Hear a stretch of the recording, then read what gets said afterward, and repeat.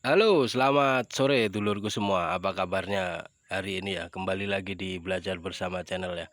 Jadi ini saya fokus ke ban ini lur ya. Jadi bahasan kita ini sedikit tentang review tentang power steering lur ya. Dan sering kita dengar ada istilah power steering dan power steering lur ya. Jadi ada yang steering keras dan steering ringan ya. Jadi untuk pada umumnya di unit-unit yang baru ya pasti menggunakan power steering ya. Jadi apa-apa saja komponen utama dari power steering itu sendiri lur ya. Kita review sedikit, semoga sedikit bermanfaat untuk dulur-dulur semua.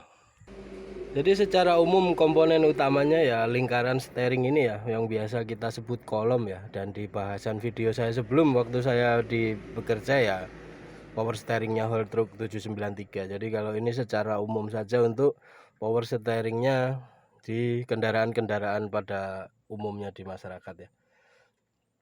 Jadi ketika jadi fungsi sendiri steering ini tadi ya, fungsinya agar roda kemudi bisa lebih dikendalikan ya. Dengan adanya power steering, Anda juga tidak perlu mengeluarkan tenaga ekstra ya untuk memutar ya, karena kita dibantu dengan komponen-komponen penunjang dari power steering itu sendiri ya.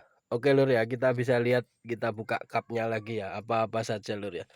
Oke lur ya, kita buka dulu cupnya ini sambil melihat apa saja komponen-komponen utamanya lur ya di power steering yang bisa dikatakan ringan ini lur ya.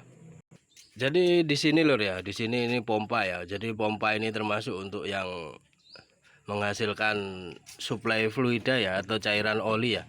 Dan di sini tangki olinya lur ya. Jadi ini komponen-komponen utamanya ya, tangki oli, pompanya.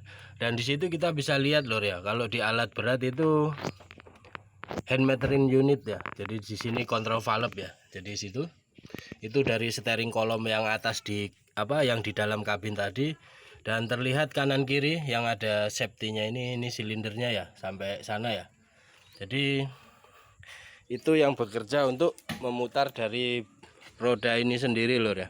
Jadi itu tadi lur ya, ketika kita memutar roda kemudi, power steering pun kembali bekerja ya saat poros utama bergerak, maka katup pengontrol yang di situ itu menutup aliran untuk pelumasan ya. Jadi dengan begitu saluran lain pun akan terbuka. Gerak tersebut membuat aliran jadi minyak berubah menimbulkan tekanan ya. Jadi untuk mengisi gantian kanan kirinya silinder ini tadi lur ya.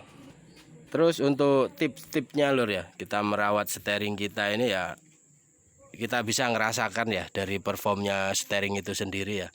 Dan pertama ya, yang paling ringan saat kita P2H ya, memastikan dari level oli ini sendiri ya. Dan untuk penggunaan olinya sendiri biasa tertera di stiker-stiker yang ada di mobil kita masing-masing lur ya. Jadi saat ingin berbelok pastikan RPM-nya dinaikkan sedikit ya, bukan berarti ngebut ya. Jadi biar kerja pompa ini maksimal ya, memberikan suplai ke silinder itu ya. Jadi RPM-nya naikkan.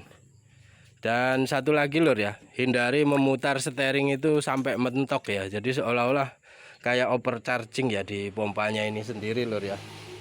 Terus ya itu tadi, menggunakan minyak rem yang standar yang direkomendasikan dari manufaktur mobil masing-masing lur ya.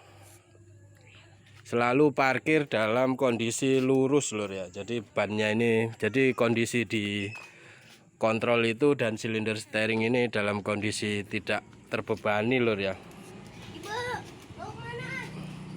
Dan selalu mengemudi dalam posisi duduk yang benar ya. Jadi di bangku kita itu juga sudah dilengkapi ya sandaran dan sebagainya untuk bagaimana caranya kita nyaman ya dalam berkendara ya. Mungkin itu saja lur ya, sedikit review tentang power steering ya. Semoga sedikit bermanfaat dari cara kerjanya dan perawatannya itu tadi lur ya. Oke, selamat sore dulur semua. Jangan lupa subscribe, like and subscribe.